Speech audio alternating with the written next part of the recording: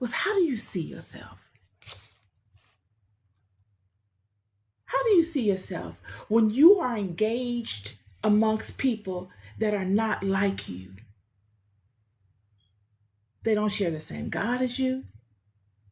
They don't value the same things that you value, yet they see themselves mighty. They have no shortcomings when it comes to their visualization of who they see themselves to be.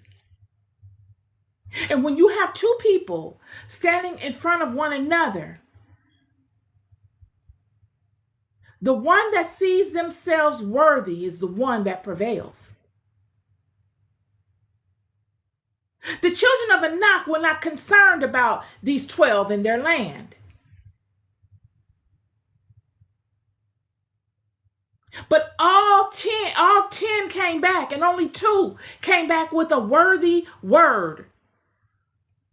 What will happen is, this instance that I just read to you is a precursor of the downward spiral that these children, these 10 rather, would began to experience as it related to the way that they saw themselves against mighty men.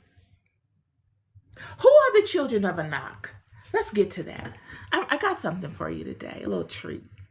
These are the children of Anak. The children of Anak are considered the Anunnaki. They make up the house of Anu. This is one visual of them. This visualization of them is them handling this tree that I've been speaking to, looking to manipulate its fruit. This signifies the wisdom of these people. These are spiritually wise people, and they are strong. You see how they are being depicted? They look very, very strong.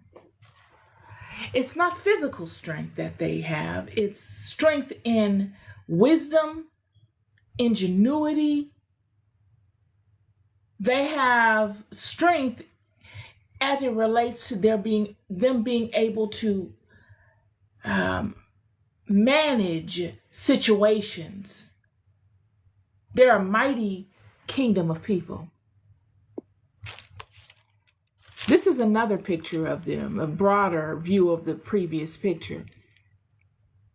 What we find here is there are 2 individuals behind the 2 that are manipulating this tree. And the distinguishing factor between them is that they have wings, and the ones that are manipulating the tree don't. They don't have wings. This signifies, in my opinion, that those 2 that are at the forefront manipulating the tree have fallen longer. They've been in this particular realm a longer time. These individuals are those that you would consider somewhat what biblical stories convey as the fallen ones. And because they've been here so long, they have adjusted to this realm and they've lost their wings. They no longer have their wings. They are now they look more like those that are within this realm. Yet those that are behind them have wings. And that shows that there were those that were here longer than others. Because these behind them have been able to, they still have their wings. They haven't been here as long as their forefathers that are up front.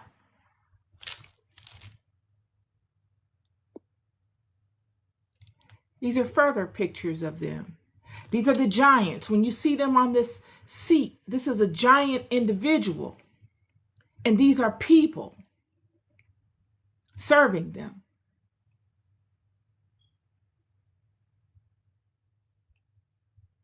That's how tall they were.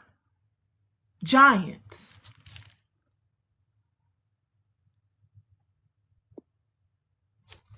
Powerful beings. This picture is not to show off the fact that he's physically fit. Who knows if he was actually physically fit like this? It's to show that he has power. This is his original state when he came into this realm.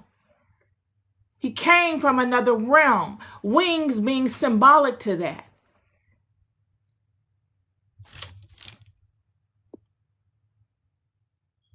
Enlightenment, this pine cone symbolism, is a symbolism of enlightenment.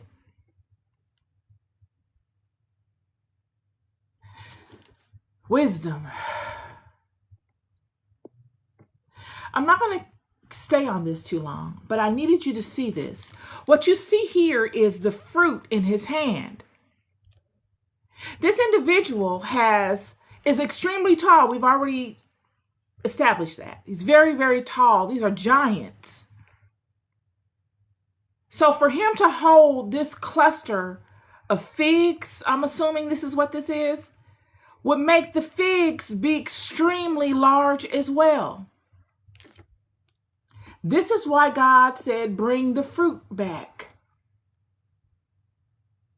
For him to hold this pine cone makes the pine cone that large also. Another depiction of these beings.